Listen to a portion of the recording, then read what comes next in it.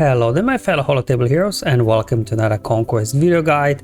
You'll be able to find this and all my other Conquest video guides, so all the sectors 1, 2 and 3 that I have done already on my SWGOH Life website. If you haven't seen it yet, go and check it out, the link in the description below. I've got everything Conquest related on there, from my daily plan, enemy counters and things like that.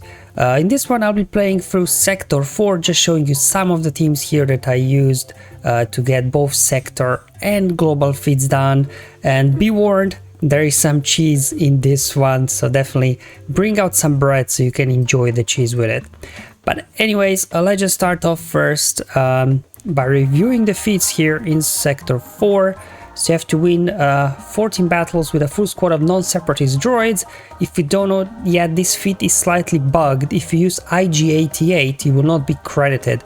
So for some reason, they count IG-88 as a separatist. I don't know. So definitely don't use him in the squad, and obviously all the other separatist droids as well. Jedi Slayer, win 14 battles with a full squad of Inquisitor units. Now in previous round of Conquest, this was a bit easier because we had weak mid, mini and final bosses. This time the bosses are a little bit more deadly, so you won't be able to get away versus them using this Inquisitor, low gear Inquisitors. However, I was able to get it done versus Padme and Bad Batch, so I'll show you that as well. Then we've got the armor shred 20 times, and this is where cheese will come in handy if you do want it. And then obviously gaining tenacity up 40 times, you know, many ways to get that done quite easily. These are data discs that I'll be now using for the Inquisitor battles, so it's going to be a very specific set that I had to do. So I'll be running 2 stacks of Vitality for lots of extra health and protection, 2 stacks of Amplify Agony and Volatile Accelerator for the damage, and finally Ruthless Swiftness is a key data disc here. Because whenever an enemy falls below 100% health, your guys will gain a bonus turn meter, and this will allow you to, you know, start going even though actually your characters will be slower, which I'll explain obviously once I get into the battle how everything works. So as mentioned before, I was able to get this done versus Padme, because Padme, she's not over prepared, so they're not too fast.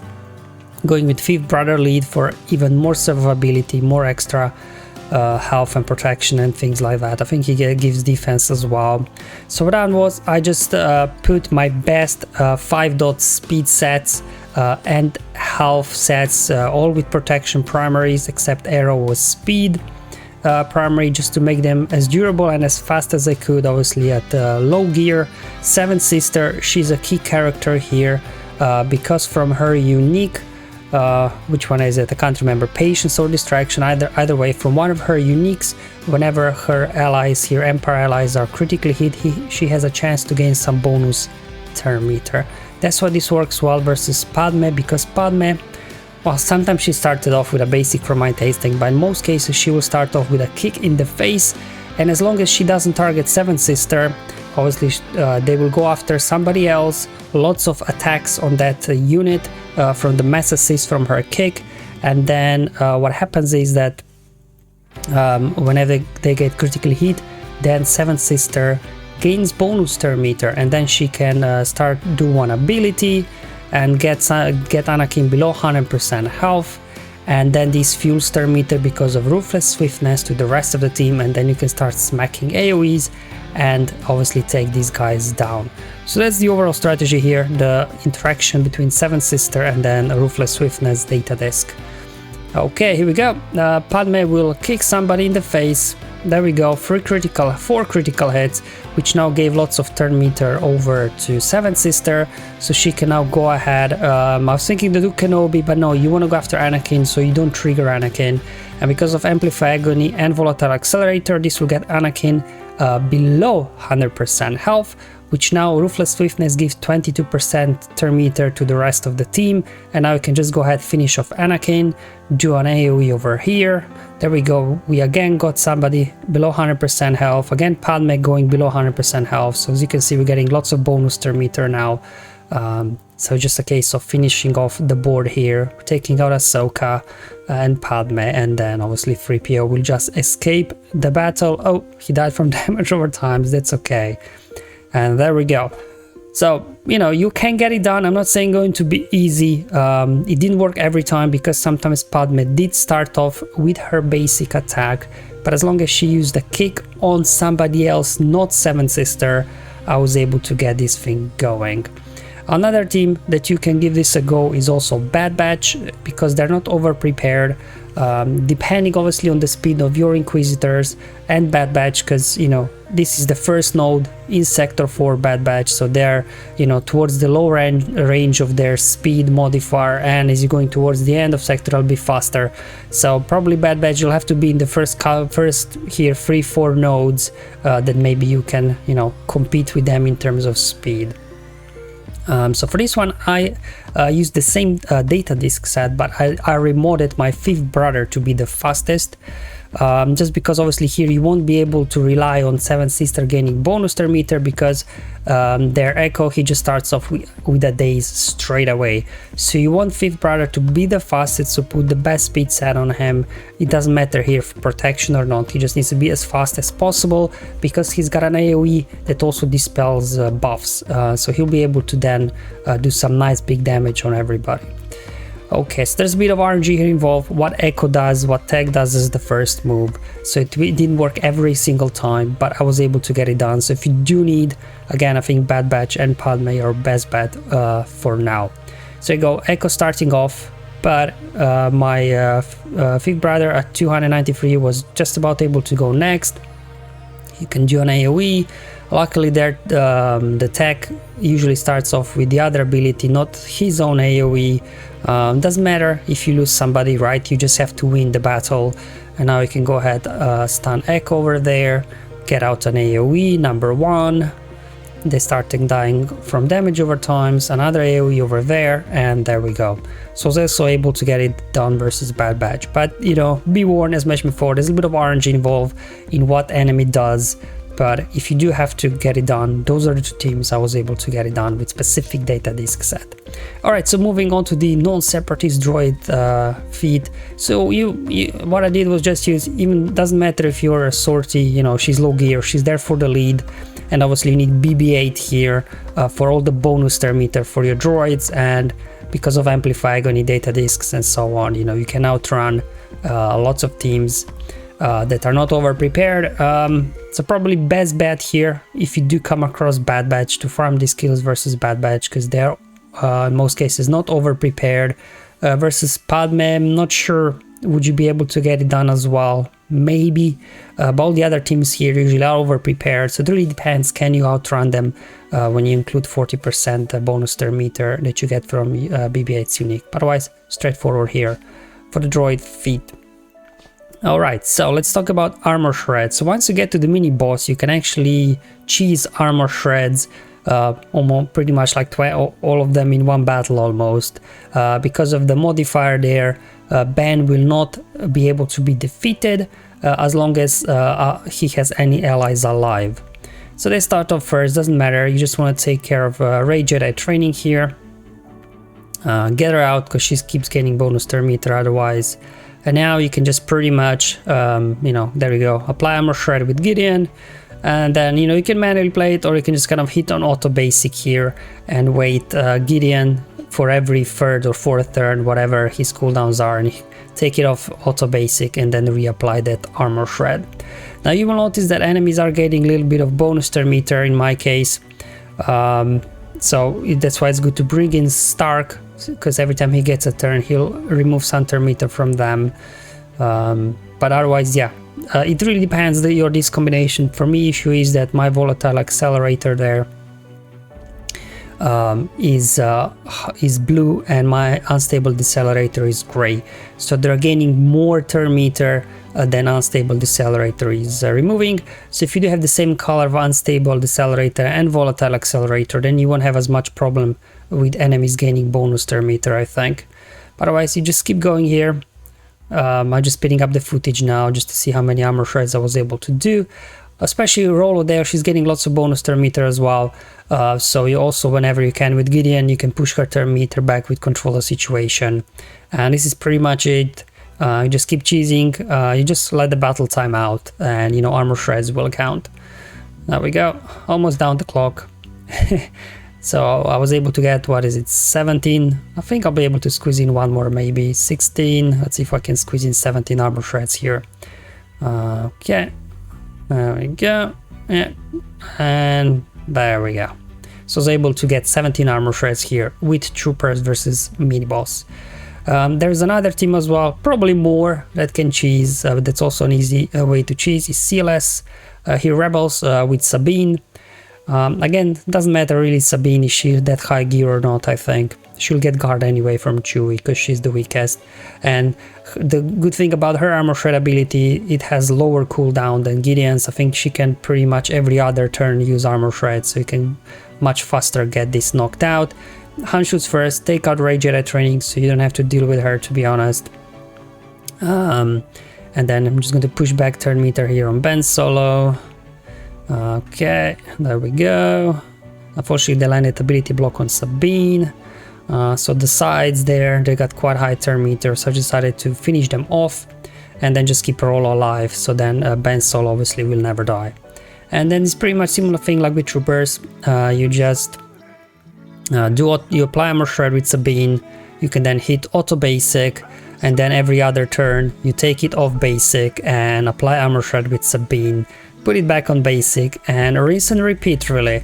So as you can see here, Ben Solo is gaining bonus turn meter, and I think that's what I mentioned before, because I don't have the same color volatile accelerator and decelerator. I have a blue volatile accelerator, so anytime we hit them they gain 8% turn meter, and I have gray unstable decelerator which removes like 5% I think turn meter. So then every now and then I also took it off auto and used the 100% turn meter strip ability from CLS, because you don't want Ben to get a turn.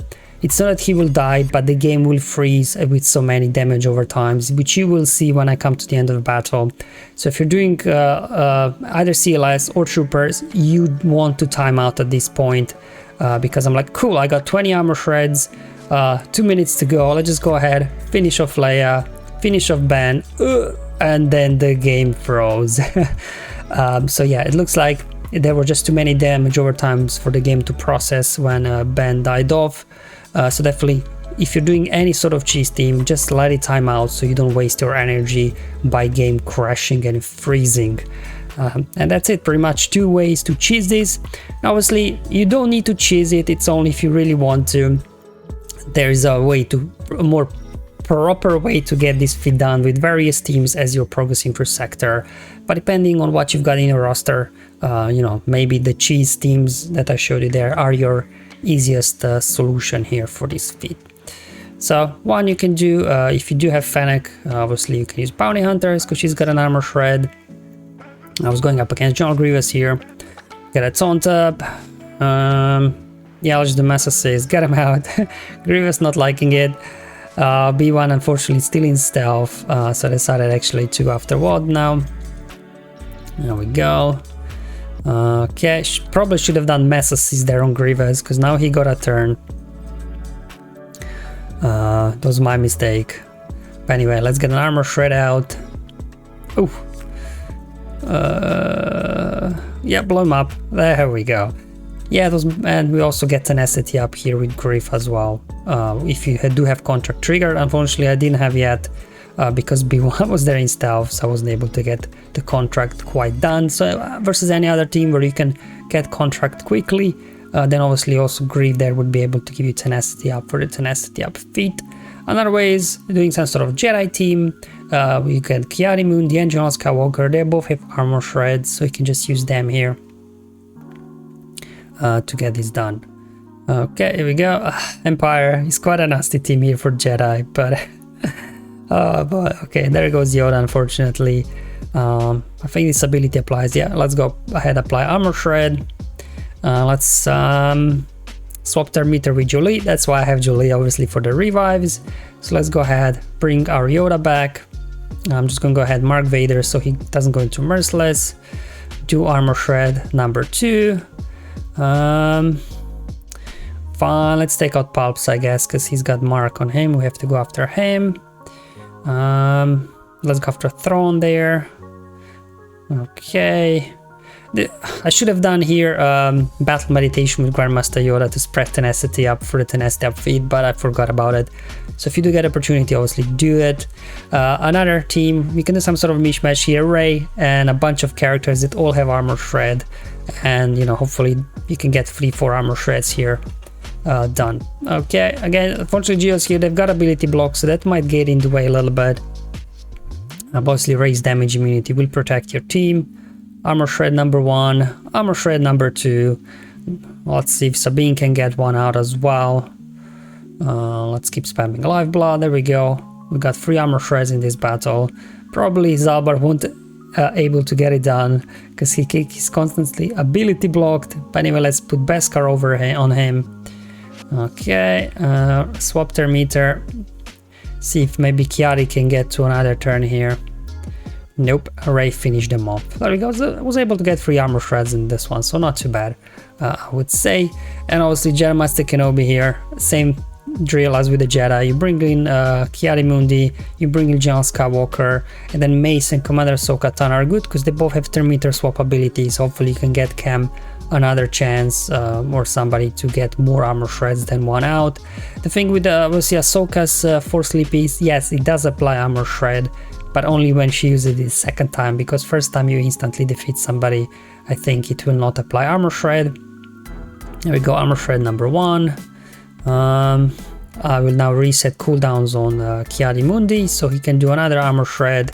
Now I can go ahead, swap turn meter with Kiari Mundi, so he can get another armor shred out. So that's 2 armor shreds, and let's see if Gas will have opportunity for an armor shred as well. So I'm going to go ahead now, swap with Gas, and he can go ahead, apply a third armor shred. So we was able to get again 3 armor shreds there in a single battle. Oh, I completed grand victory, yay! So got some tenacity up team. Obviously Kenobi there would give you tenacity up as well. Then here as well, Shakti with Bad Batch, they can as well get tenacity up because of tech. So Shakti gains bonus turn meter because, you know, all the damage Jango did with his AoE. You give turn meter over to your Echo, and he does his thing, and then Tech does his thing, and you get tenacity up for your Bad Batch allies. Alright, I'll just go ahead, pop Jango, and there we go. So very nice, quick, easy win here with Bad Batch. They're a great team to use versus all these over-prepared teams that we are facing. Another way, obviously, John Skywalker here with Fire First. John Skywalker, he himself can apply armor shred if you get a chance. And then Rex, obviously, he's got form up ability that gives you tenacity up. Alright, going out versus Padme here. Okay, let's go ahead. Keep pinging away at Anakin whenever we can. Here, when you're calling assist with 5s, don't call Gas, because obviously it's steadfast retribution. Gas will sit down, call somebody like Arc Trooper because they can't fall below 100% health while Anakin is standing anyways. Get armor shred on Padme. Finish off Ahsoka there. Finish off Padme, and there we go. So definitely very easy win here with Gas versus Padme and steadfast retribution. We obviously have to now also take care of some of the global feats here, so you can use any sort of raid resistance lineup you have.